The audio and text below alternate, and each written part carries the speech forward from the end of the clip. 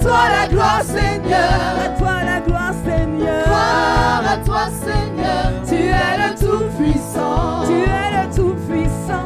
Tu es le Tout-Puissant. Tu es le Tout-Puissant. Tu es le Tout-Puissant. Oh, je veux louer ton nom. Tu es le Tout-Puissant. Tu es le Tout-Puissant. Tu es le Tout-Puissant. Tu es le Tout-Puissant. Tu es le Tout-Puissant. Tu es le Tout-Puissant. Tu es le Tout-Puissant. À toi nos acclamations. Tu es le Tout-Puissant.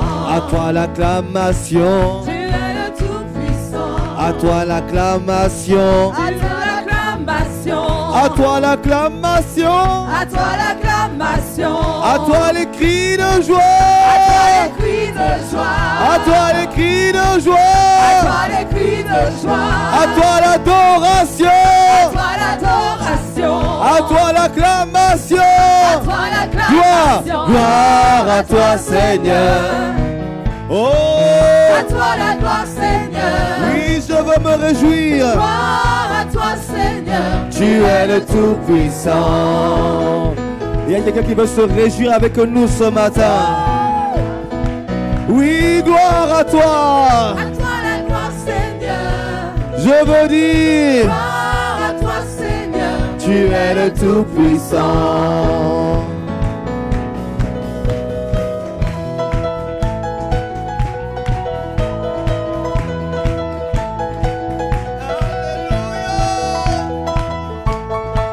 Je veux me réjouir dans le Dieu de mon salut.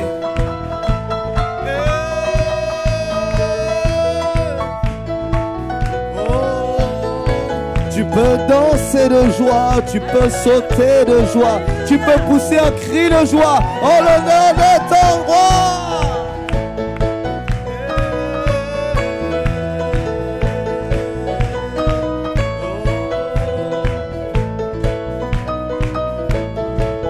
Alléluia, nous chantons gloire.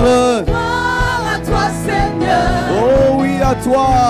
À toi la gloire, Seigneur. Nous chantons. Gloire à toi, Seigneur. Tu es le Tout-Puissant. Une dernière fois, nous disons Gloire à toi, Seigneur. Alléluia. À toi la gloire, Seigneur. Gloire à toi, Seigneur. Tu es le Tout-Puissant. Alléluia. Ah, quelqu'un peut-il se réjouir et bénir Dieu et lui rendre toute l'honneur et toute la gloire. Alléluia. Oh.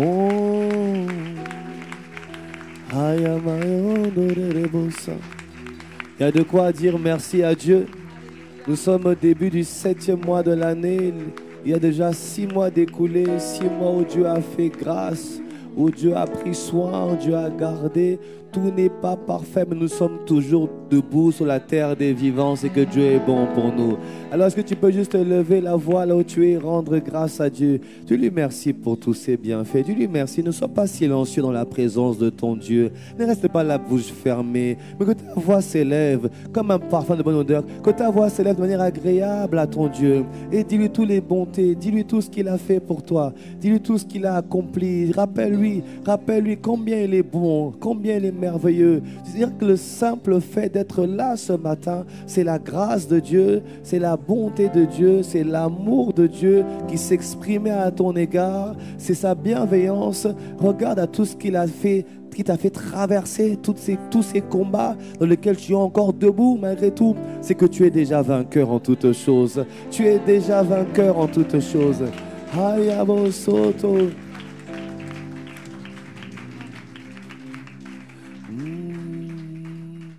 Quand je pense à ta bonté à mon égard, l'ouvrage de tes mains, et quand je pense à tous ces combats où tu m'as gardé, l'ouvrage de tes mains.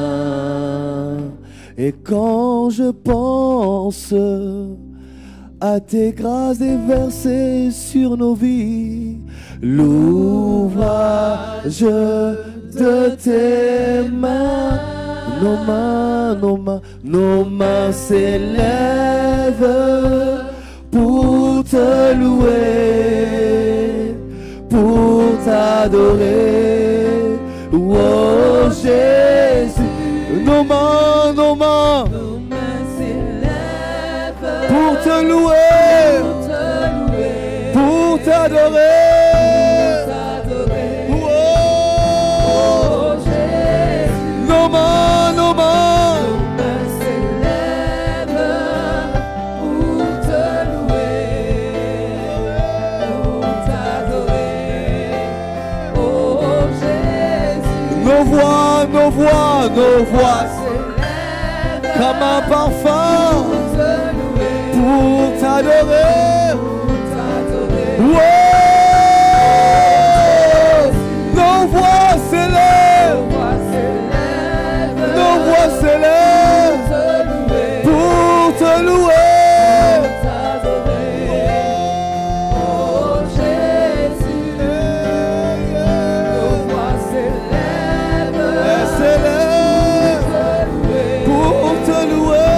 pour t'adorer. Oh, Oh Jésus, nos mains nos mains s'élèvent pour te louer, Toi seul, oh Dieu, pour t'adorer. pour tes bienfaits, Oh Jésus, pour les âmes sauvées, nos voix. nos mains s'élèvent Oh, pour te louer, Maya Kalebosa. t'adorer. Yeah.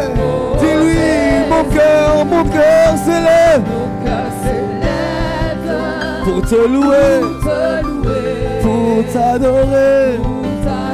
Oh Jésus, Oh dis-lui, mon cœur s'élève mon cœur s'élève pour te louer, pour te louer. pour t'adorer. Wow. Jésus, Ma ma voix s'élève pour te louer, pour t'adorer. pense à ses bienfaits. Oh Jésus, Oh, mon cœur, il s'élève pour te louer, pour te louer. pour t'adorer. Oh, Oh Jésus, là où tu es, lève la voix et adore-le. Élève la voix et loue-le. Rappelle-toi de ses bontés, rappelle-toi de ses bienfaits. Combien il a pris soin de toi, combien il est présent chaque jour à tes côtés. Combien chaque jour il ne manque pas d'être là. Sa bonté n'est pas terminée, non. Ses bienfaits ne sont point épuisés. Il ne fait que commencer avec toi. Il va continuer à poursuivre avec toi. Alors sois reconnaissant envers ton Seigneur. Dis-lui merci pour chaque chose. Dis-lui merci pour tout ce que tu as traversé. Dis-lui merci pour tout ce que tu as vu. Dis-lui merci pour tout ce que tu as reçu. Et tu as beaucoup reçu en 6 mois. En 6 mois, il a fait de grandes choses pour toi. En 6 mois, il a accompli de grandes choses pour toi. Il y a un adorateur qui veut élever la voix et proclamer les bontés, les bienfaits de Dieu. Proclamer les merveilles de son Seigneur, de son roi. Proclamer combien son Dieu est excellent.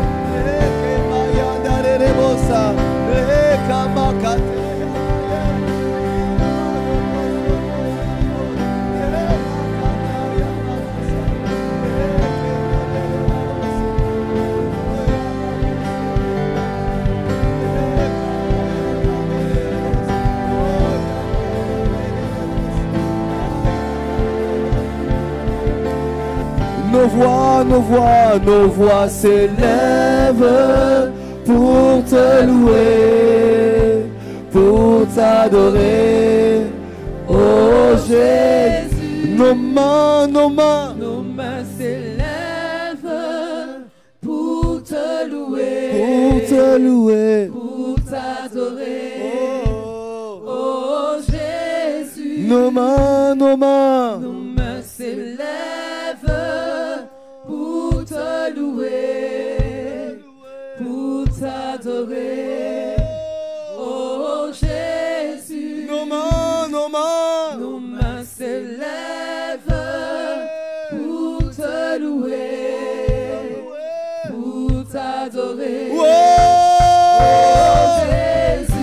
nos voix s'élèvent pour te louer, pour t'adorer. Oh Jésus, nos cœurs s'élèvent pour te louer et pour t'acclamer, Oh Jésus, nos cœurs s'élèvent pour te louer et pour t'acclamer. Oh, oh, Jésus, oh Jésus, nous t'acclamons, nous t'élevons, nous t'adorons, nous t'aimons. Je veux crier, je veux m'écrier le nom de mon salut, le nom de mon Dieu, le nom de mon roi. Oh Jésus, peux-tu t'écrier plus haut, plus haut, plus haut, plus haut, plus haut, plus haut, plus haut, plus haut, plus haut, plus haut. À toi la gloire, à toi l'honneur, et la victoire, le triomphe. Oh Jésus, oh Jésus, nos mains s'élèvent pour te louer, pour t'adorer. Oh Jésus, alléluia Jésus. Oh Jésus, merveilleux Seigneur. Oh Jésus,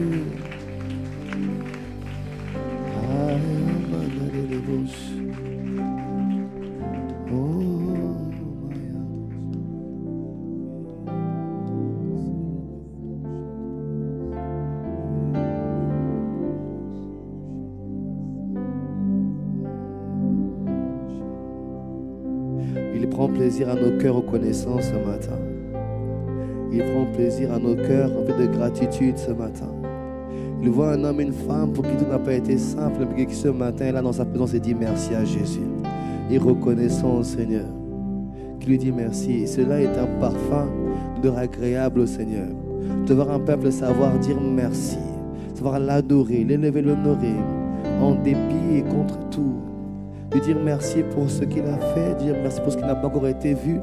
Parce que qu'importe finalement, mon frère, ma soeur, qu'il ait fait ou qu'il n'ait pas fait, je sais une seule chose.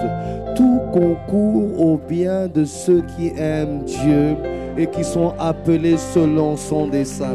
Alors que Dieu ait fait, qu'il n'ait pas fait, qu'il ait exaucé ou pas, ce matin, je vais me réjouir en son nom parce que tout concourt au bien de ceux qui l'aiment. Et ce matin, je vais te dire, Seigneur, je t'aime. Oh Seigneur, je t'aime. Seigneur, je t'aime. Oh, je t'aime. Oh, yeah, je t'aime.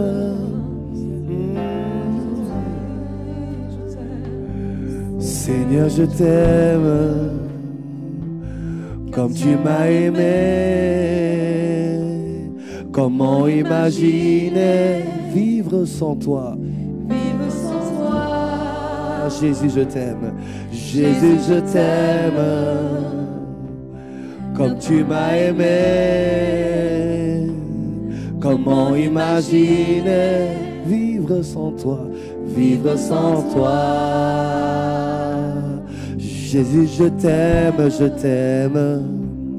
Jésus, je t'aime, je t'aime.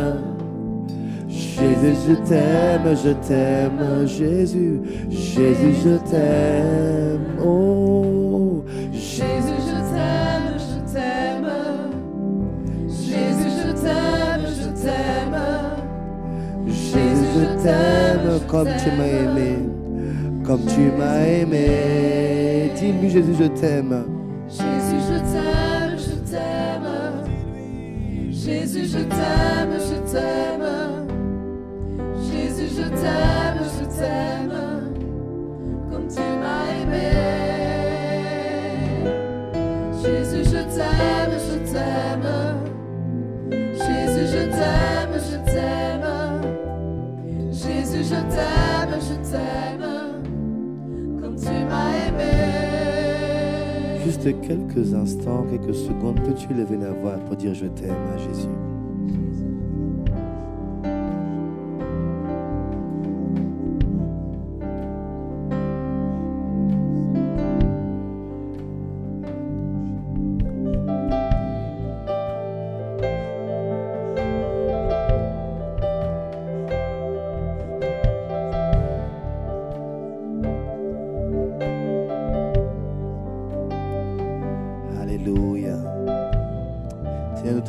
Et nous t'aimons.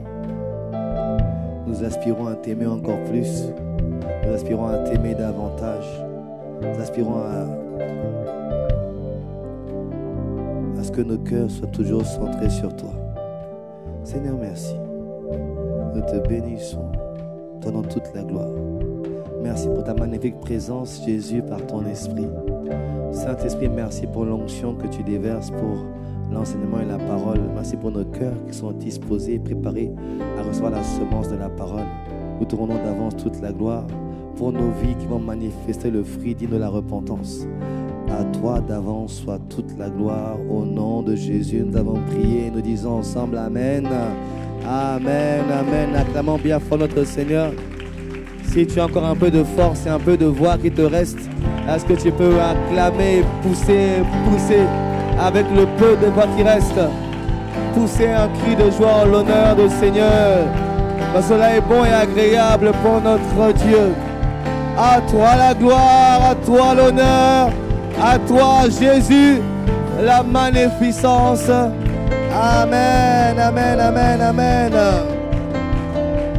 Est-ce que tu peux dire à 4 personnes, j'aime Jésus? Dis à 4 personnes, j'aime Jésus. Dis à 4 personnes, j'aime Jésus. J'aime Jésus. Ça fait du bien d'entendre dire ça, j'aime Jésus. Oh, j'aime Jésus. Dis encore plus fort, j'aime Jésus. Plus fort, j'aime Jésus. Alléluia. Veuillez vous prendre place en acclamant le Seigneur encore une fois de plus. Merci. Chante les musiciens, les serviteurs. Demeurez bénis. Alléluia. Amen. Nous rendons grâce à Dieu pour l'amour qu'il a envers nous. Ça fait déjà 6 mois. Oui, ça passe vite. Hein. Ça passe très vite. Et en 6 mois, Dieu a fait tellement de grandes choses dans nos vies, tellement de bonnes choses pour nous. Oh, quelqu'un est-il reconnaissant? Vraiment de quoi dire merci à Dieu pour ce qu'il a fait. C'était 6 mois bien remplis. Bien remplis. Et prépare-toi parce que la rentrée va accélérer. Parce qu'en fait, c'était 6 mois de préparation. Ah bon, oui, tu peux dire Amen quand même. Les gens peuvent dire Amen. Faut dire Amen. Parce qu'à la rentrée, vraiment, c'est en train de beaucoup de m'enseigner, beaucoup me donner d'instructions sur une nouvelle, pas une nouvelle orientation, mais juste impulser une dynamique dans l'église en fait. Une dynamique dans l'église et j'en parlerai davantage à la rentrée. Une nouvelle dynamique dans l'église et qui va davantage s'accentuer. D'ailleurs, c'est la raison pour laquelle vraiment ceux qui ont, vous qui avez répondu à l'appel à la prière, si vous êtes là demain, on se verra à 18h, on ne va pas rester très longtemps. Parce que j'ai d'autres choses de toute façon après encore. Donc on va être à 18h pour une demi-heure, 3/4 d'heure, juste pour vous partager ce que Dieu a mis dans mon cœur par rapport à ces temps de prière que nous aurons commune par commune. Amen. Ça va préparer également ce que nous allons faire à la rentrée. Mais vraiment, Dieu nous réserve de bonnes choses. Donc je rends grâce à Dieu. En fait, c'est comme si il a pris le temps d'équiper, de déverser. Et franchement, on a beaucoup reçu quand même. On a beaucoup reçu. On peut le dire, non? On peut vraiment rendre grâce à Dieu. On a beaucoup reçu. On a vu Dieu agir. Alléluia. Et vraiment, je nous demande, s'il vous plaît, vous savez, si Dieu a fait des choses dans votre vie ces derniers temps, je vous demande d'en parler. Ne le gardez pas pour vous. Faites des vidéos, écrivez-nous, mais envoyez des vidéos au numéro de téléphone de l'église, envoyez vos vidéos de témoignages, envoyez des messages de témoignages à l'adresse postale de l'église, à l'adresse mail de l'église. Mais dites ce que Dites-le fort, ce que Dieu a fait. Parce qu'en fait, à la rentrée, nous allons dans une nouvelle dynamique et nous voulons enregistrer, nous voulons vraiment communiquer sur tout ce que Dieu fait. Bien-aimé, Jésus guérit toujours. Jésus restaure toujours. Jésus relève toujours. Jésus n'a pas fini d'agir dans les vies. Quelqu'un me donne un bon amen. Et pour cela, il nous faut ton témoignage. Ne garde pas ce que Dieu a fait pour toi. Dis-le fort, dis-le bien fort de ce que Dieu fait. Dieu fait de grandes choses. Chacun d'entre nous, amen. Et il faut le dire parce qu'on veut vraiment connecter, capter toutes ces choses-là. Et à la rentrée, dans la nouvelle dynamique dans laquelle nous allons être, nous avons besoin, nous allons communiquer sur notre Jésus. Jésus agit encore. Jésus agit encore. Tu vas beaucoup voir le hashtag. C'est quoi hashtag? Demande à ton voisin ce que c'est que hashtag. Il va t'expliquer. Mais tu vas voir beaucoup le hashtag Jésus agit encore. Jésus agit encore. Ça va être un de nos leitmotifs à la rentrée aussi. Jésus agit encore. Et on va le proclamer partout. Dieu va nous envoyer. On va les proclamer que Jésus agit encore. Amen. Et il faut le dire, ce que Dieu fait. Et tu vas voir, il nous faut des témoignages frais. Pas ceux de l'amiral Robert. Des témoignages frais. Amen. Dis-moi un témoignage frais. Un frais. Tout chaud, tout récent, tout frais. Il nous faut ça, tu vois. Et Dieu agit encore. Il n'a pas terminé. Hier, on a eu un super moment avec les jeunes d'Impact. Vraiment, c'était magnifique. On peut acclamer le Seigneur pour les jeunes d'Impact. Vraiment, c'était superbe.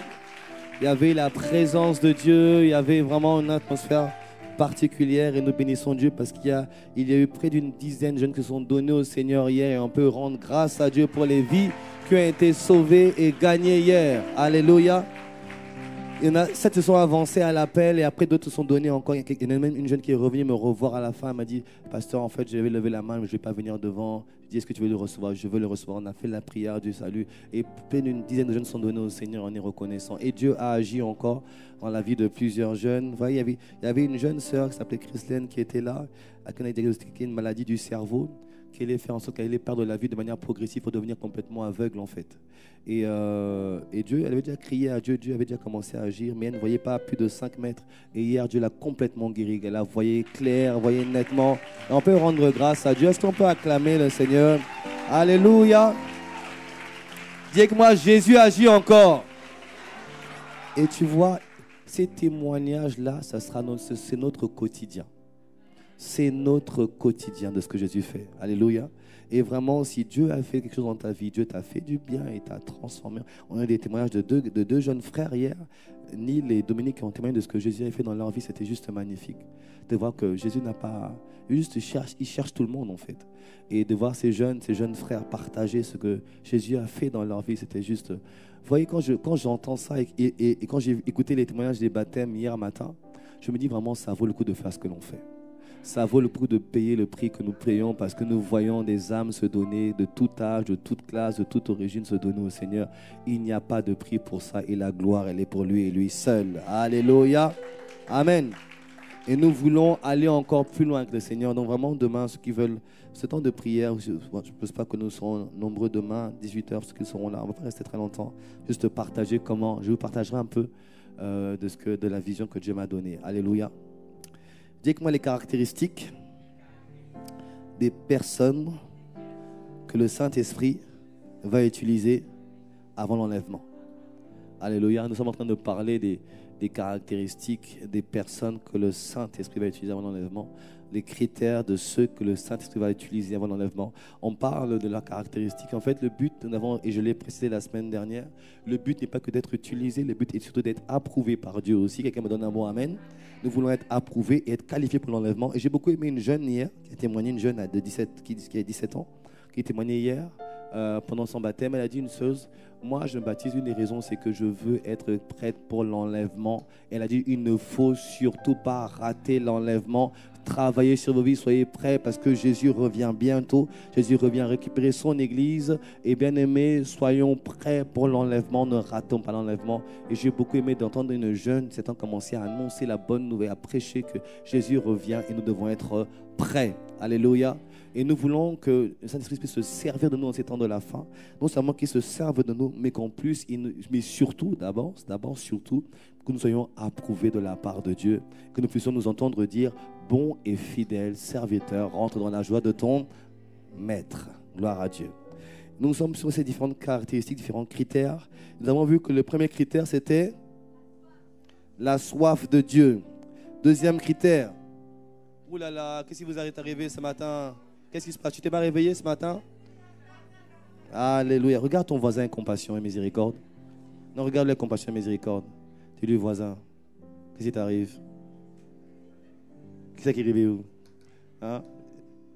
Dis-lui, voisin, avec compassion et miséricorde et amour fraternel. Dis-lui, voisin, réveille-toi. Alléluia. Numéro 1, la soif de Dieu. Numéro 2, ils refusent la stagnation, le statu quo. Autrement dit, ils sont en constante progression, en développement permanent, en mouvement permanent comme le Saint-Esprit. Critère numéro 3, ce sont des gagneurs d'âme. Amen. Luc 4, verset 18. L'Esprit Seigneur est sur moi parce qu'il me oint. Le Saint-Esprit m'équipe pour une principale chose, parce qu'il veut m'envoyer annoncer la bonne nouvelle, il veut m'envoyer évangéliser, annoncer la bonne nouvelle du royaume de Dieu. Amen. Numéro 4. Je vais m'en rajouter de foi aussi. Ce sont des hommes et des femmes de prière et de foi. On a vu cela dans Acte 1, verset 14. Tous d'un commun accord persévérer dans la prière avec les femmes et Marie, mère de Jésus, avec les frères de Jésus. Autrement dit, le Saint-Esprit est venu quand ils étaient en train de prier et de chercher la face de Dieu. Alléluia. Il faut que dans cet temps, et tu vas voir que si nous, dans Luc 18, tu vas voir que la prière est associée à la foi dans Luc 18. Dans Luc 18, Jésus parle de cette femme qui va harceler ou interpeller ce juge unique à tel point qu'il lui fera grâce. Il va lui faire justice et de peur qu'elle vienne sans cesse lui rompre la tête. Et Jésus dit en clôturant ce passage, il dit, quand je reviendrai, trouverai-je la foi sur la terre? Autrement dit, ma capacité à persévérer dans la prière indique que je sais que Jésus va revenir, que j'ai la foi que Jésus reviendra. Alléluia. Ma capacité à persévérer dans la prière, à ne pas me relâcher dans la prière, démontre une chose, c'est que j'ai foi que Jésus va revenir un jour ou l'autre. Jésus associe le fait de prier de manière continue, sans être interrompu, sans interruption.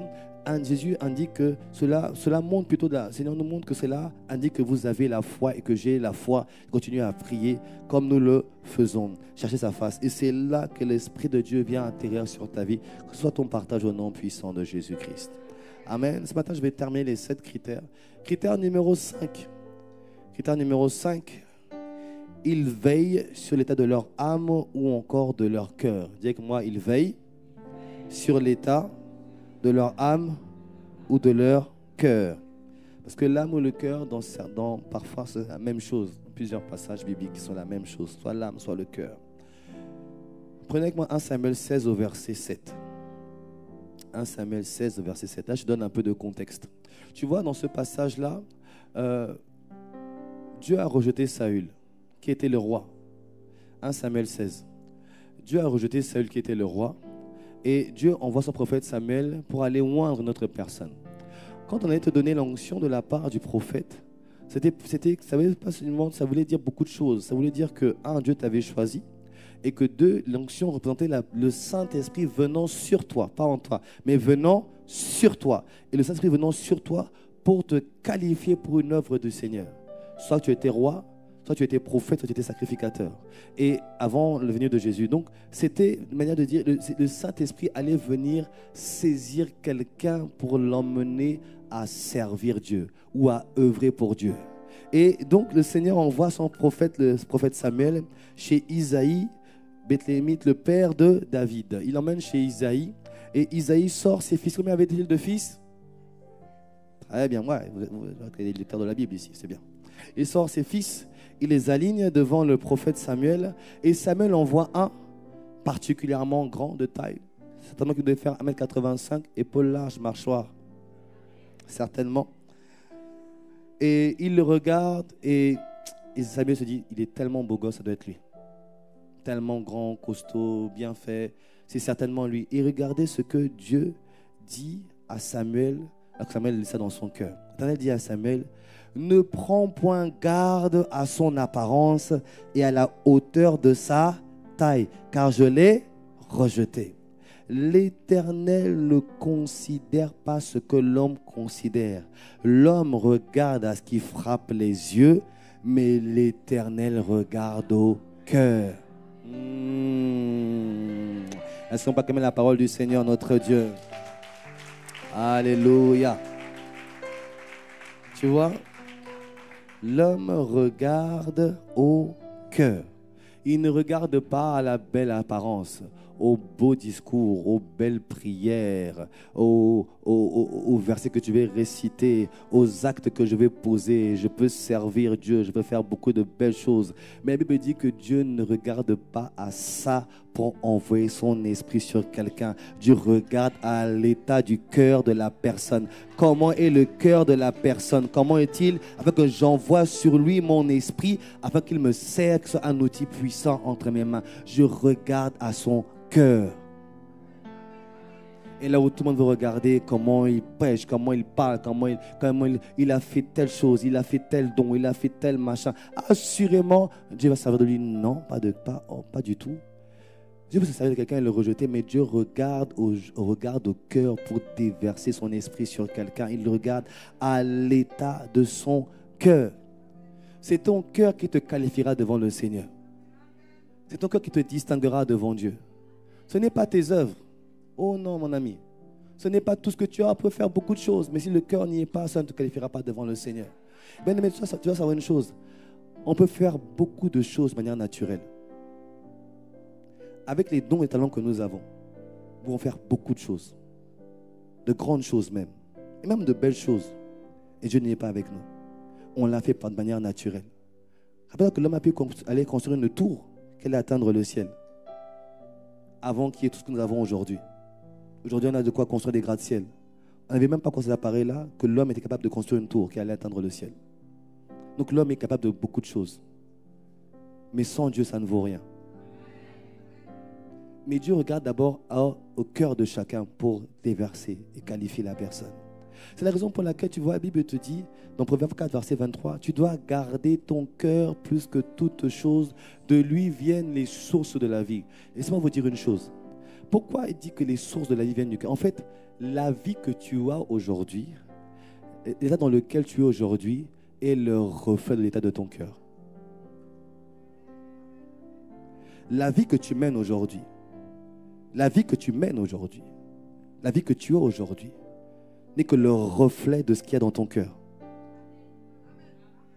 Ce n'est ni plus ni moins que ça. Non, c'est les attaques. Non, c'est l'état de ton cœur. Ah non, ce sont les hôtels, c'est ma parenté, c'est l'état de ton cœur. Non, c'est mon environnement, je n'ai pas grandi dans telle situation. C'est l'état de ton cœur qui te mène où tu es aujourd'hui. Et tu vois, c'est la raison pour laquelle tu n'as pas compris que tout est fait pour attaquer ton cœur. Tout est fait pour te blesser. Tout est fait pour te meurtrir. Mais à chaque fois que tu tombes dans le panneau, regarde ton voisin un peu, avec compassion et miséricorde. Dis-lui, quand vas-tu comprendre enfin? Quand vas-tu enfin comprendre? Quand vas-tu enfin comprendre que le problème, c'est qu'on attaque ton cœur? Ce qui tient ton cœur tient ta vie. Qui tient ton cœur tient ta vie. C'est la raison pour laquelle la meilleure arme de Satan, c'est toujours d'offenser les cœurs. Parfois, il va se passer quelqu'un qui est proche de toi, quelqu'un qui est loin de toi, peu importe. Mais le but, c'est de toucher ton cœur. Et tu dois le garder. Tu dois le préserver. Des blessures, des attaques, des souillures, garde ton cœur. Pourquoi? C'est ce qui te qualifiera devant le Seigneur. Et pour l'éternité aussi.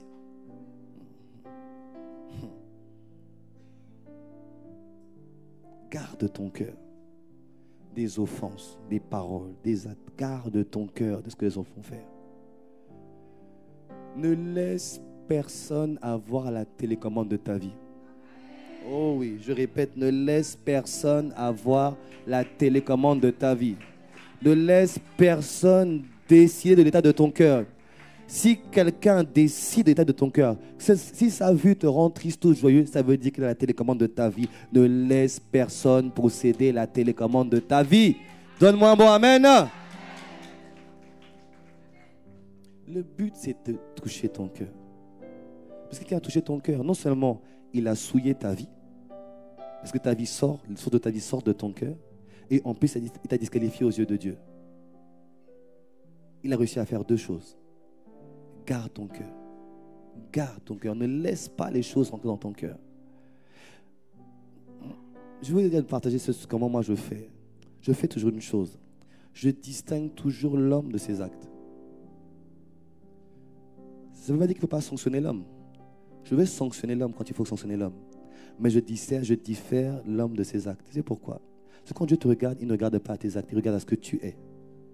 Nous ne sommes pas saints parce que nous avons fait de belles choses. Nous sommes saints parce que Dieu a dit, vous êtes saints, vous êtes sortis de moi, je suis saint, vous êtes saints. C'est tout. Tu peux me donner un bon amen, s'il te plaît? Nous ne sommes pas saints parce que nous avons fait des œuvres belles et grandes et merveilleuses. Non, nous sommes saints parce que Dieu a dit, vous qui sortez de moi, vous êtes saints. Alléluia. Je suis saint parce que Dieu a dit que j'étais saint. Et donc je peux commettre un impair. Ça ne veut pas dire que je ne suis plus saint. Est-ce que tu me suis? Je suis toujours saint. Amen.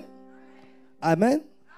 De la même manière, apprends à ne... Si tu corriges les actes, mais ne juge pas les hommes et ne rejette et ne garde rien contre les hommes. Corrige les actes, ne garde rien contre les hommes. Quand quelqu'un fait quelque chose contre toi, il y a deux choses. Soit le mec il est blessé et chargé. Ces gens blessés blessent à leur tour. Les gens qui souvent veulent faire mal aux autres également. Oui, oui. Les gens blessés blessent. Donc soit c'est quelqu'un qui est blessé, qui est meurtri, soit il est utilisé par Satan. La Bible dit quoi? Nous n'avons pas à lutter contre la chair et le sang, mais contre les dominations, les principautés, les esprits méchants dans les lieux célestes. Autrement dit, ton problème, ce n'est pas ton frère. Ton problème, ce n'est pas ta soeur. Ton problème, ce n'est pas ton patron, ce n'est pas ton collègue de travail. Ce n'est pas ton frère, ce n'est pas lui ton problème. Ton problème, ce n'est pas ta femme. Ce n'est pas ton mari, ce n'est pas le problème, ce n'est pas lui. Quand tu comprends ça, tu n'arrives plus à en vouloir aux hommes. Soit il est meurtri, soit il est blessé, soit il est manipulé. Enfin, utilisé plutôt. Manipulé, non, mais utilisé. Parce que parfois, l'homme lui-même, il manipule. Non, il est utilisé. Soit il est utilisé. Tu prends des mesures par rapport à ça, mais ne garde rien dans ton cœur contre la personne. Je vais te dire une chose, tu sais que quelqu'un peut te faire mal à l'instant et te blesser. Demande à Dieu qu'est-ce que Dieu pense de lui. Je vais te dire je l'aime. Ça va t'énerver, il va dire je l'aime.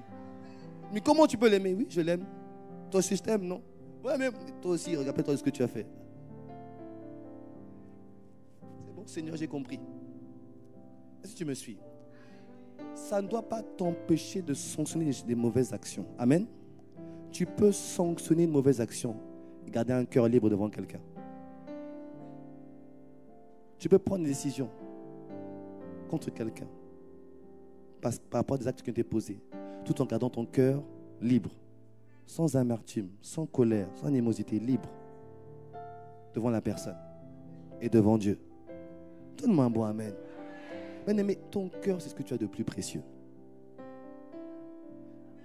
Dieu va agir avec toi par rapport à l'état de ton cœur. Savez-vous que la plus grande porte d'entrée des démons, c'est le cœur? Vous savez ça? C'est la plus grande porte d'entrée. C'est vrai qu'il y a l'impudicité, ces choses-là, c'est vrai. Mais la meilleure porte, c'est le cœur. C'est la première porte qu'il a utilisée. Quand il est rentré chez Caïn, pourquoi? Il a vu la jalousie, il a vu l'amertume, il a vu l'aigreur. Il est rentré par cette porte-là et il a fait de Caïn un meurtrier. Tu ne sais pas où peut t'emmener ton cœur si tu ne le corriges pas. Il pensait qu'il y avait juste un peu d'amertume contre son frère. Il a fini meurtrier. Tu ne sais pas où peut t'emmener l'état de ton cœur. Crie à Dieu que Dieu restaure ce cœur maintenant, maintenant, maintenant, maintenant. Tu ne sais pas où ça peut t'emmener. Demande à Judas. Judas avait juste un peu de convoitise dans le cœur. Un peu de convoitise, un peu de convoitise. Il a ouvert la porte à Satan. Il a fini pendu et rejeté pour l'éternité. Pourquoi? À cause de la convoitise. Ça commence où? Ça commence où? Ça commence où? Dans le cœur. Est-ce que Judas était impudique? Non. Il a tué quelqu'un? Qu'est-ce qu'il avait? Un problème avec son cœur. Regardez où ça l'a emmené. C'est la raison pour laquelle, s'il y a une chose que tu dois te battre, c'est pour protéger ton cœur. Ne laisse jamais quelqu'un, ses actions t'offenser. Jamais. Jamais. Même s'il te parle mal, c'est pas, il parle mal à qui? C'est pas moi qui parle mal. Non, non. Une royauté comme moi, mais qui va parler mal. Mais non, jamais. Donne-moi un mot, amen. Jamais. C'est contre moi qu'on fait. Mais sois conscient que soit il a un problème, donc tu pries pour lui, soit il est utilisé, donc prie aussi pour lui. Il y en a certains, mets-les de côté. Donne-moi un bon amen. Mais prie pour eux quand même. Tu les mets de côté, mais tu pries pour eux. C'est tout. Mais tu gardes ton cœur. Bien aimé, en ces temps de la fin, où le Seigneur veut déverser, il va libérer. Et il va libérer. Il veut que tu gardes ton cœur.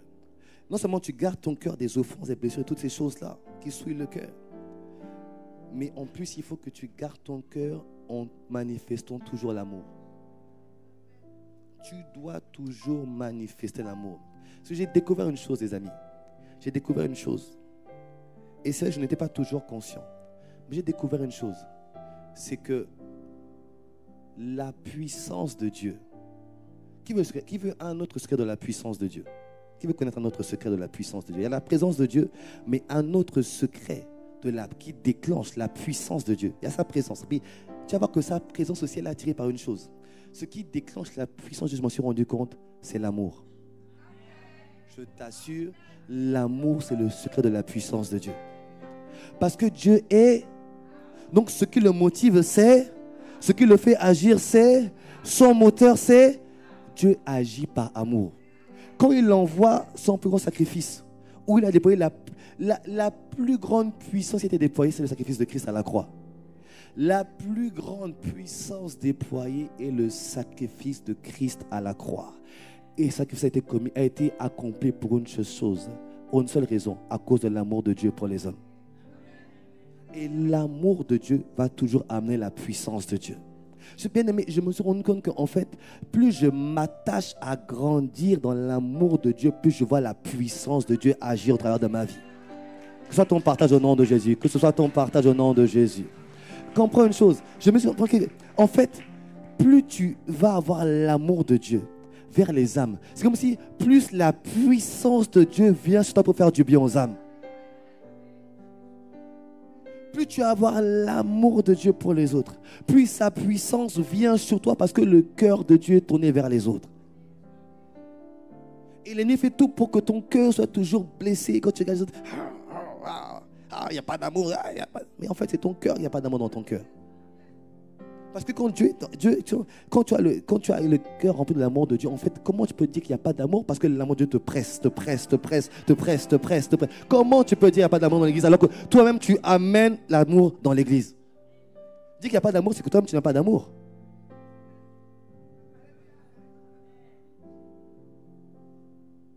Il n'y a pas d'amour. Pose-toi les questions où tu en es toi-même. Parce que toi-même, tu ne peux pas dire ça. Parce qu'en fait, là où tu es, l'amour de Dieu est là aussi. Là où tu es, l'amour de Dieu est là. Donc forcément, il y a l'amour ici.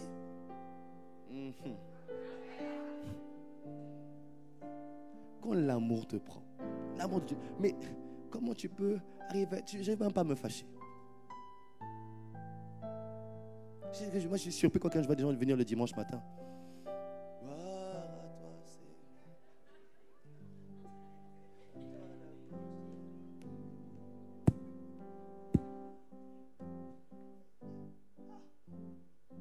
Que Dieu te détende un peu au nom de Jésus.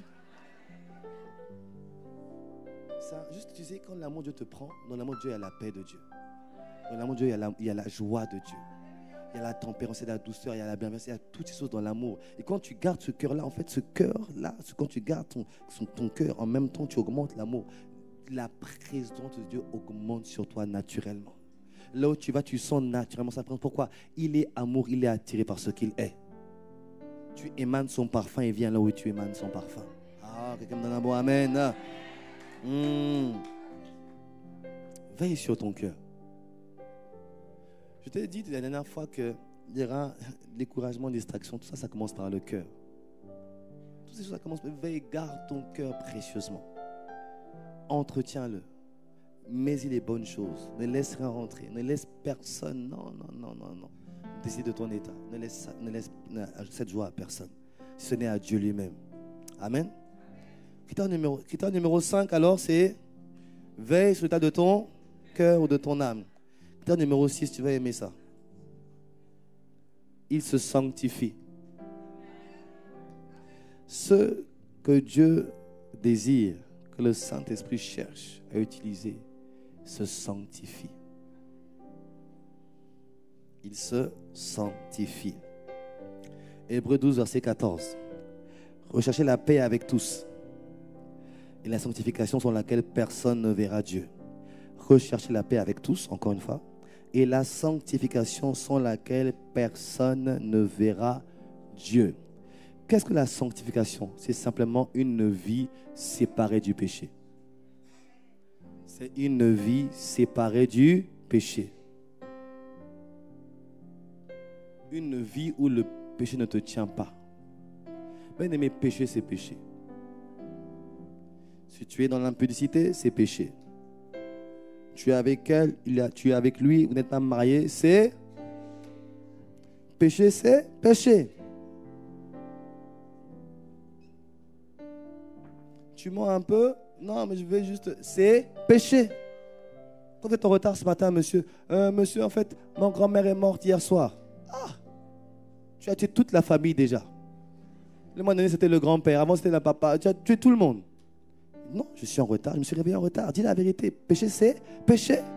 Non, il y avait un bouchon. Quel bouchon? Tu étais... Et vous savez, même parfois, il y a des petites choses qu'on croit que c'est pas grave. On dit à un enfant, si viens, je te donnerai ça. Fais ça, je te donnerai ça, alors que tu ne vas pas lui donner ça. C'est un péché. Non, mais goudi, non, c'est un péché. Tu peux dire aïe, aïe ou amen comme tu veux. C'est un péché. Vous savez, récemment, j'ai reçu un message. Il y a quelques temps. Quelqu'un m'envoie un message.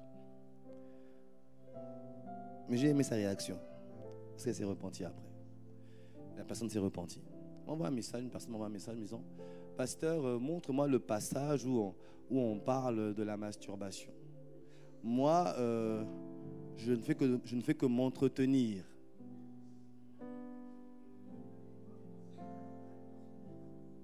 J'ai relu le message.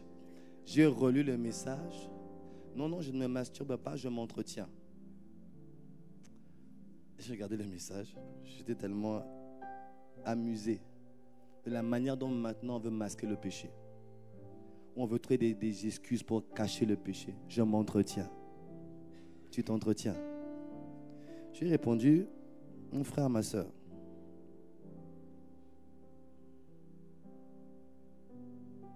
Si tu veux pécher, pêche. Mais je ne serai pas avec toi dans ce que tu fais. Et je sais que Dieu t'a déjà parlé par rapport à ça. Vous savez ce que la personne m'a répondu? Merci, pasteur, j'ai compris. Et elle s'est battue pour arrêter ça. La personne s'est battue pour arrêter ça.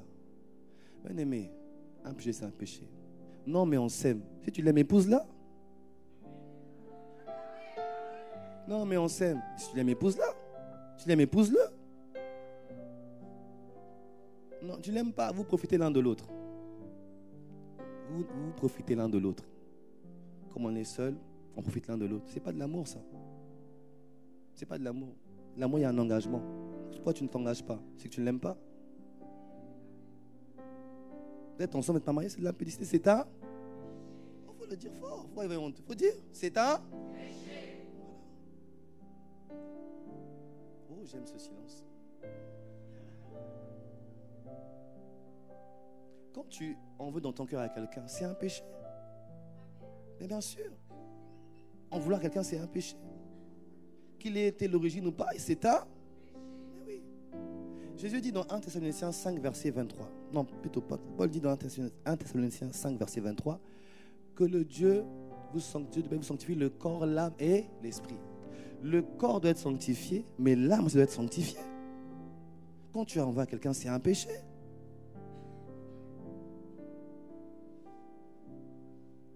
Tu frappes ta femme, c'est un péché. L'inverse est pareil. Est-ce que quelqu'un me suit ce matin? Bien-aimé, arrêtons de jouer. Ce qui est péché est péché. Et le problème, c'est que ça te disqualifie en fait. Vous savez ce que j'ai reçu comme parole de la part du Seigneur? Il m'a dit, je sais que c'est lui qui m'a dit, ce que j'ai reçu, c'est qu'en ces temps, maintenant, tu vas voir que Dieu va révéler de plus en plus les choses. Je vous assure, ceux qui sont dans les doubles vies, Dieu va vous exposer. Vous savez pourquoi Dieu va faire ça? Ça, c'est pour deux raisons. La première raison, c'est qu'il ne veut pas que vous alliez en enfer. Il ne veut pas que vous alliez en enfer. Il va vous exposer.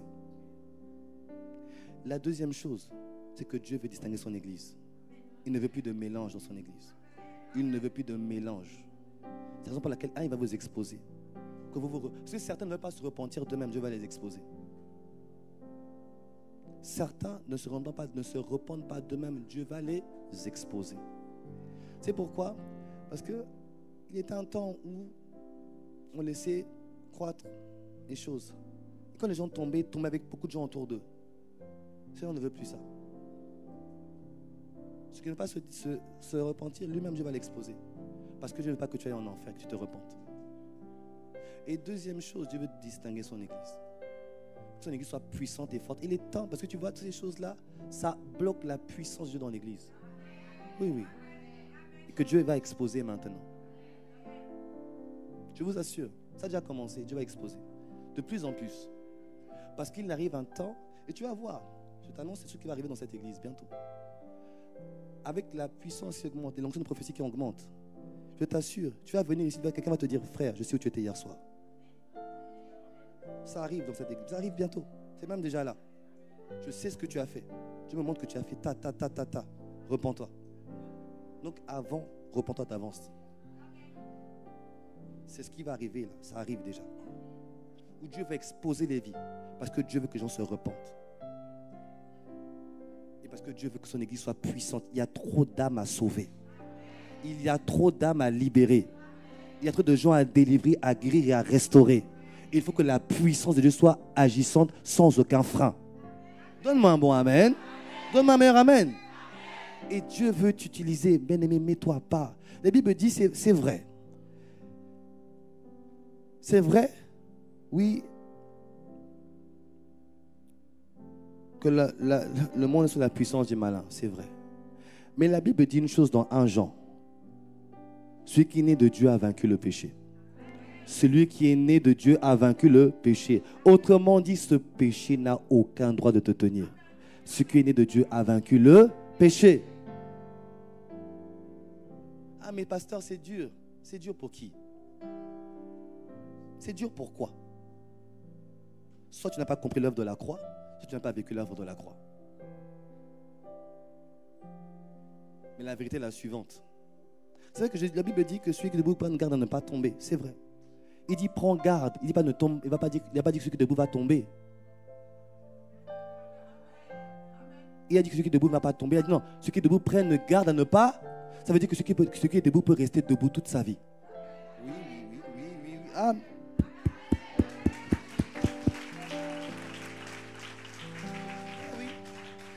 Il dit que celui qui est debout prenne garde à ne pas tomber. Ça veut dire que celui qui est debout peut rester debout tout le temps.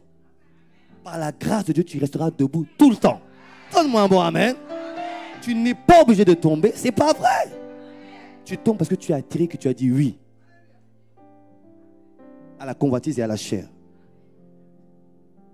C'est plus fort que moi. Ah bon? J'aime bien ce qu'un pasteur a dit une fois. J'ai écouté une prédication, j'ai beaucoup aimé la prédication. Il dit, je suis sûr. J'ai dit, non, mais moi j'ai du mal avec l'impudicité. Il dit, si on te met un magnum 357 sur la tempe, on te dit, pêche encore. Je t'assure que tu ne vas plus jamais pécher. Je t'assure que tu vas devenir sanctifié comme pas possible.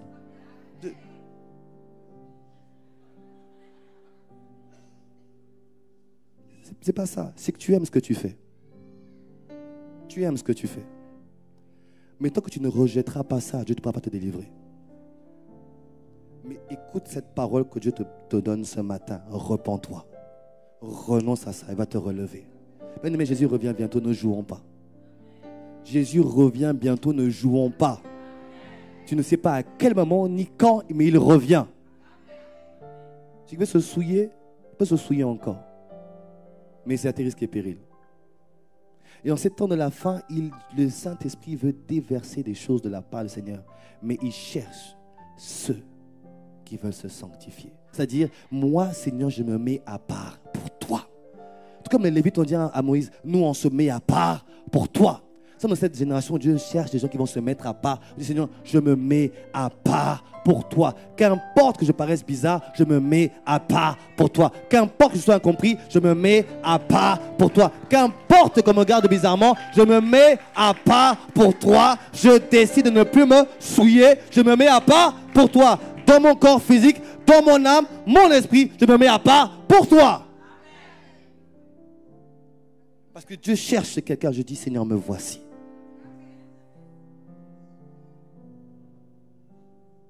Nous voulons voir ces choses. L'abondance de l'herbe, l'abondance du blé, l'abondance du vin, l'abondance de l'huile. Nous voulons vivre ces choses.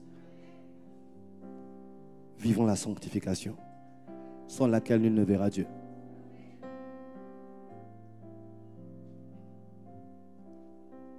Garde ton cœur, garde ton corps, garde ton esprit. Préserve-toi.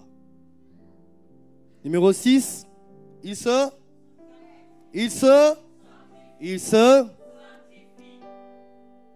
Alléluia.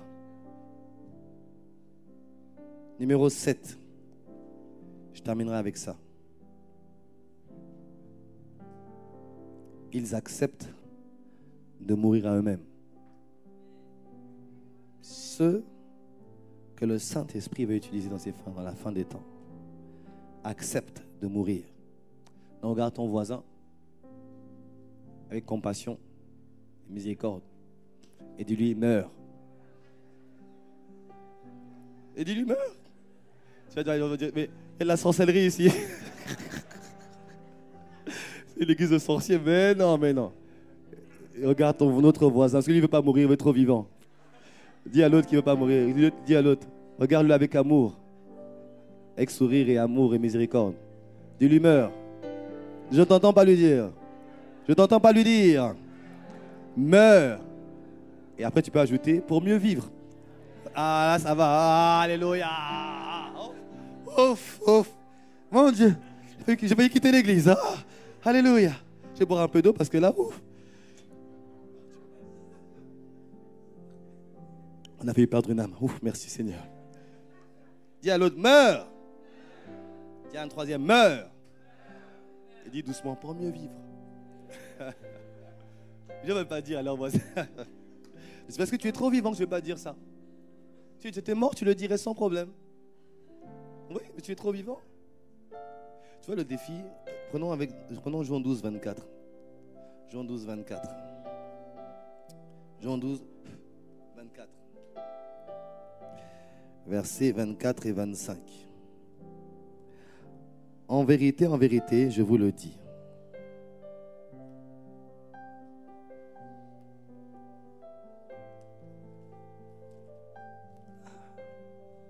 Merde, ça c'est quelle église, ça c'est quel pasteur? Quand on fait la frère, qui ça m'arrive, qui ça je vais au frère, oh là là.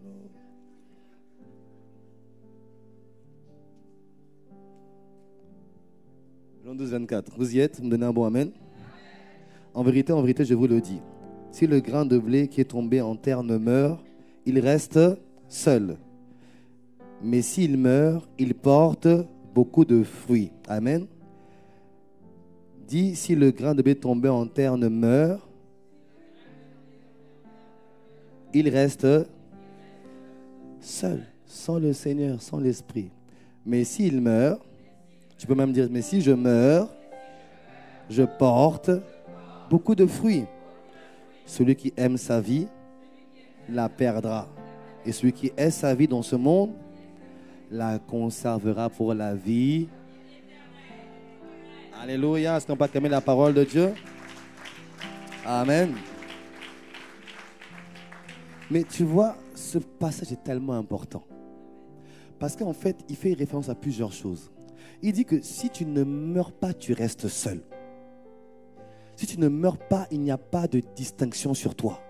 Si tu ne meurs pas, il n'y a pas une grâce supplémentaire sur toi. Si tu ne meurs pas, il n'y a pas ma puissance qui vient sur toi. Si tu ne meurs pas, tu restes seul. Mais si tu meurs, pourquoi je ne vais pas répéter ça, hein? Mais si je, alléluia, je porte beaucoup de fruits. Autrement dit, il faut que je meure pour être utilisé et porter du fruit. Et après, il dit une chose importante. Il dit que il faut que la vie que tu perds maintenant, en fait, va te permettre de garder la bonne jusque dans la vie éternelle. Autrement dit, il la conserve pour la vie éternelle. Autrement dit, tu commences maintenant et ça va t'amener dans la vie éternelle. Donc, autrement dit, pour la vie éternelle, il est bon de mourir. Donc, regarde ton voisin maintenant et dis-lui, meurs. Mais regarde-le. Meurs. Dis à l'autre, meurs.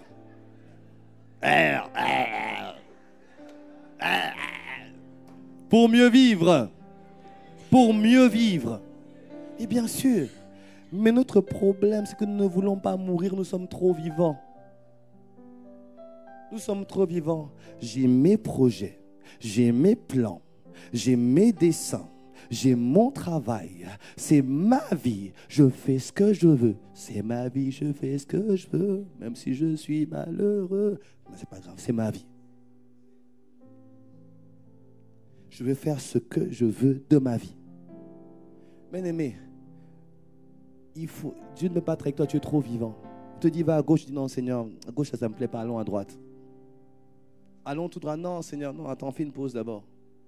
Tu es trop vivant. Il faut mourir. Qu'est-ce que ça veut dire mourir? Ça veut dire mourir à ses propres décisions, à ses propres projets personnels. Pour vivre pour les décisions de Dieu. Pour vivre pour les plans de Dieu. Pour vivre pour les projets de Dieu. Ça veut dire mourir à mes ambitions, mourir aussi au regard des autres. Tu es trop vivant. Qu'est-ce qu'on pense de moi? Qu'est-ce qu'on dit de moi? Qu'est-ce que tu vas dire? Mais bien aimé, tu es trop vivant, il faut mourir un peu. Un mort ne s'inquiète pas de ce qu'on pense de lui, il est mort. As-tu déjà vu un mort? Imagine-toi, tu as une veillée mortuaire. Tout le monde est en train de parler. On parle du mort, oui, il était comme ça, puis il se lève. Hey, vous avez dit quoi? Hey. Mais qui va rester? Si ça t'arrive, tu es dans une veillée, il se lève et dit, en fait, c'est pas exactement ça. Bien aimé, fuis. Après, tu reviens et dis, non, j'ai prié pour la résurrection. Mais avant, fuis d'abord. On ne sait jamais. Quelqu'un me suit ce matin. Mais bien sûr, quelqu'un de qui on va parler à une veillée ne va pas se lever de son cercueil. Est-ce que tu me suis? Parce qu'il est mort. Tu vois, et là où Dieu veut t'emmener, il y a des choses qu'on dira à ton sujet. Il y a des choses que Dieu va faire au travers de toi que les gens vont dire, ça c'est trop bizarre ça. Si tu es trop vivant, il ne pourra pas se servir de toi. Donc tu es mort, ça coule. Ça coule. C'est pas grave. Peu importe. En fait, c'est pas moi, c'est juste Christ en moi qui fait les choses. Donc, c'est pas moi qui dis ça, Christ qui est en moi. Est-ce que quelqu'un me suit? Est-ce que quelqu'un me suit? On va dire des choses sur toi, on va commander des choses, c'est pas grave. Il faut que tu acceptes de mourir. Tu vois, il y a ce passage que j'aime beaucoup quand Jésus dit à 3 personnes, venez, viens et suis-moi. Il y en a un qui dit, Seigneur, permets-moi d'aller enterrer d'abord mon père. Son problème à cet homme-là, c'était l'attachement émotionnel. Il était trop attaché émotionnellement. Il n'était pas assez mort, ses émotions, à l'attachement émotionnel. Et à cause de ça, il n'a pas pu se servir de lui. Il dit, laisse les morts entrer. Est-ce que Jésus est contre la famille? Bien sûr que non. Jésus lui-même, il dit même par ses serviteurs que tu dois, pour te qualifier pour le ministère, tu dois prendre soin des tiens. C'est ce qu'il a dit, non? Tu dois prendre soin des tiens pour être qualifié pour le ministère. Ton ministère, c'est ta famille. Il ne peut pas en même temps dire ça et dire l'inverse. Ça veut dire quoi? C'est que le défi, c'est que tu n'es pas assez mort à certaines relations. Tu dois d'abord vivre pour moi. Tu dois d'abord vivre pour moi. Certains, il leur dit à l'autre, oui Seigneur, mais je veux te suivre, mais... Et puis Jésus dit, mais attends, moi, les oiseaux ont des nids, les renards ont des... mais je n'ai pas d'endroit où poser ma tête. Autrement dit, il y en a certains, c'est le confort. Je veux bien faire les choses, mais il me faut telle chose. Je veux aller avec un tel, il me faut que tel m'accompagne, il faut que je fasse ci, il faut que j'ai ça. Seigneur, je veux bien aller en mission, mais il me faut un hôtel 3 étoiles, 4 étoiles, minimum. Sinon, je n'y vais pas. il me faut tel. Je vais bien te servir, mais il faut que tu mettes ça et ça et ça dans l'église d'abord. Et après, je servirai dans l'église. Sinon, avant, je ne sers pas dans l'église. Tu vois, tu n'es pas assez mort à toi-même. Tu n'es pas assez mort à toi-même. Il y a des choses pour lesquelles tu dois accepter de mourir afin que Dieu puisse pleinement se servir de toi. Et dans ces temps de la fin, tu vois, il va déverser de l'abondance de ces choses, beaucoup de choses. Et quand tu es mort, en fait, ces choses ne te disent plus rien. Tu es heureux d'être utilisé par Dieu, tu es heureux de voir ce que Dieu fait dans la vie des autres, mais toi-même, ça ne te fait rien parce qu'en fait, tu es mort à ces choses-là. Ce qui compte seulement, c'est de vivre pour Dieu. C'est de vivre pour lui. C'est de faire sa volonté. Qu'importe le prix que j'aurai à payer, mais je ferai sa volonté. Mais j'ai compris une chose, il n'y a que les morts qui font la volonté de Dieu. Parce qu'il y aura des choses qu'il faudra accepter, même pardonner. Si tu n'es pas mort, toi-même, tu ne pourras pas le faire. C'est la raison pour laquelle la Bible dit, dans Colossiens, que nous avons été crucifiés, ensevelis, enterrés et ressuscités. Autrement dit, en fait, pour vivre pleinement Christ, il faut d'abord passer par la crucifixion. Mais beaucoup veulent seulement la résurrection sans la crucifixion. Dis à ton frère, tu veux la résurrection? Il ne la veut plus maintenant, il l'a compris. Tu veux la résurrection? Il te faut la crucifixion. Il n'y a pas de résurrection sans crucifixion. Oui, nous avons été crucifiés avec lui. Ça veut dire quoi? Dieu lui-même veut t'emmener dans ce processus de mort à toi. Toi, tu dis non, je ne veux pas mourir, Seigneur, je ne veux pas mourir. Mais il veut t'y emmener. Et quand tu résistes, il te laissera, il ne te forcera pas. Mais la vérité, il y a ce processus qui veut t'emmener. Tu sais comment il t'emmène par la crucifixion? Qui sait comment on emmène dans la crucifixion? C'est par un ensemble de brisements. Non, tu n'as pas. Quand je te regarde, tu n'as pas encore été assez brisé. C'est que moi, Seigneur, brise-moi. La personne.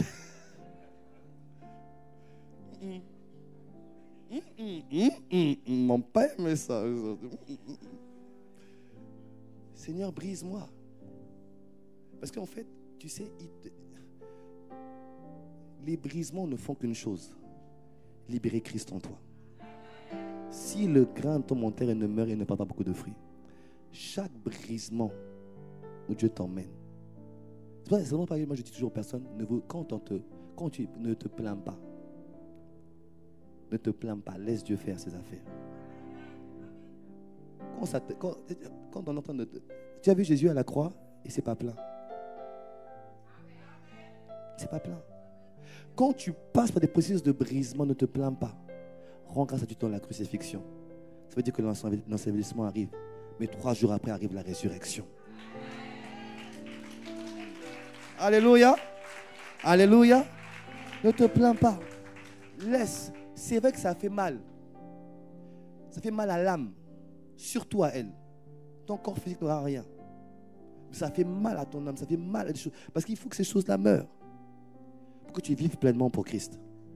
Et donc il y a des choses qu'il est en train de détruire en toi. Mais ça passera par la crucifixion. Ça passera par une suite de brisements. Et même parfois j'ai l'impression que la crucifixion elle est continue parfois. Je dis mais c'est pas fini cette histoire. Je croyais que j'étais déjà... Mais il dit qu'il te ramène encore. C'est comme si tu n'étais pas bien mort. Là, attends, reviens là, reviens. Ton voisin sait de quoi je parle. Mais il faut la crucifixion.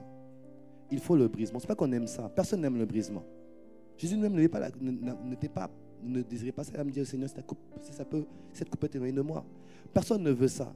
Mais la vérité, c'est qu'il faut qu'il y ait ce processus pour pleinement vivre pour le Seigneur. Le meilleur est à l'intérieur, il doit sortir. Le meilleur est à l'intérieur de toi, il doit sortir. Et le brisement permet de révéler ce qui est à l'intérieur de toi. Et les belles choses que Christ a mis en toi doivent sortir par le brisement. Tu dis, mais moi je suis bien, je t'assure, il n'y a que Dieu qui te connaît. Toi-même, tu ne te connais pas toi-même, je t'assure. Tu n'as pas idée de ce que tu es capable de faire. Donc laisse Dieu te briser. Afin de mieux ressortir et de mieux vivre pour Christ. Oh, donne-moi un beau amen. Donne-moi un meilleur amen encore. Donne-moi un meilleur amen encore. Et Dieu permettra certains temps. Et tout n'est pas permis par lui, mais Dieu permet certaines choses. Le but, c'est de permettre à ce que Christ soit manifesté en toi. Tu vois, il va permettre que les gens que tu apprécies se tournent contre toi. Et commence à te critiquer et te calomnier. Tu sais pourquoi il fait ça? Pour que tu n'apprennes à ne plus chercher le regard des autres. Oui. Moi, quand ça m'est arrivé, je ne comprenais pas ça. Je dis, mais qu'est-ce que j'ai fait du bien? Mais en fait, non.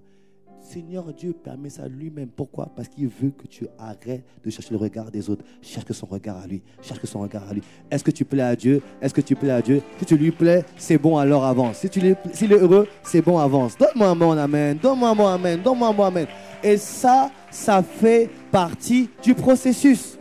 Il va permettre que des gens que tu apprécies, que tu fais du bien, se tourneront contre toi. Mais qu'est-ce que je leur ai fait? En fait, Dieu a fait ça parce que tu aimes parfois trop plaire aux gens. Tu aimes bien qu'on te dise merci, oh, c'est super ce que tu as fait, waouh, c'est beau ce que tu as fait, oh, c'est magnifique. Tu aimes ça, t'inquiète pas, ça arrive. Et là, qu'on te dise merci ou plus, après ça, je t'assure, qu'on ait dit ou pas dit, c'est pas grave, gloire à Dieu seulement. Et tu vas même fuir ça. Et tu vas même fuir ces choses-là pour juste te rendre gloire à Dieu. Parce qu'il faut que tu meurs à trop de choses. Dis avec moi, Seigneur, accorde-moi la grâce de mourir à moi-même, afin de laisser Christ pleinement vivre en moi et révéler en moi, au nom de Jésus. Amen. Je vais terminer. On peut bénir le Seigneur pour sa parole. Alléluia. Numéro 1, c'est... Prends ta liste de critères et vérifie que tu y es. Numéro 1. Numéro 2, le refus de la stagnation. Le numéro 3, numéro 4, femme de prière et de foi. Numéro 5, veiller sur l'état de son âme ou de son cœur. Numéro 6, la sanctification. Numéro 7, accepter de mourir à soi pour vivre pour Christ. Alléluia. Je vais incliner la tête, on va parler au Seigneur. Père, merci. Nous te bénissons. Te rendons grâce pour ta parole. Nous te bénissons pour ce que tu es en train de faire au milieu de nous. Nous sommes reconnaissants. Est-ce que tu peux commencer à parler à Dieu par rapport à tous ces critères qui ont été établis, qu'on a partagés ce matin? Il dit que tu peux, que ce qui est sa vie, ce qui ne regarde pas à lui, à ce qu'il est, à ce qu'il a, il dit que ce qui est sa vie va la conserver pour la vie éternelle. Autrement dit, mourir en soi aussi est un critère pour être utilisé par le Seigneur, mais aussi pour être qualifié pour la vie éternelle. Seigneur, accorde-nous la grâce de payer ce prix. Garde nos cœurs toujours assoiffés de toi. Garde-nous dans le désir toujours de progresser, d'augmenter les vases que nous avons, que nous sommes. Père, merci pour ces cœurs de gagneurs d'âme. Tu fais de nous une église de gagneurs d'âme, d'hommes et de femmes qui ont reçu ton cœur et ce cœur est tourné vers les âmes. Père Dieu, merci, notre Dieu, de ce que tu... Même quand nous serons ailleurs, dans d'autres domaines, dans d'autres circonstances, en repos ailleurs, que nos esprits demeurent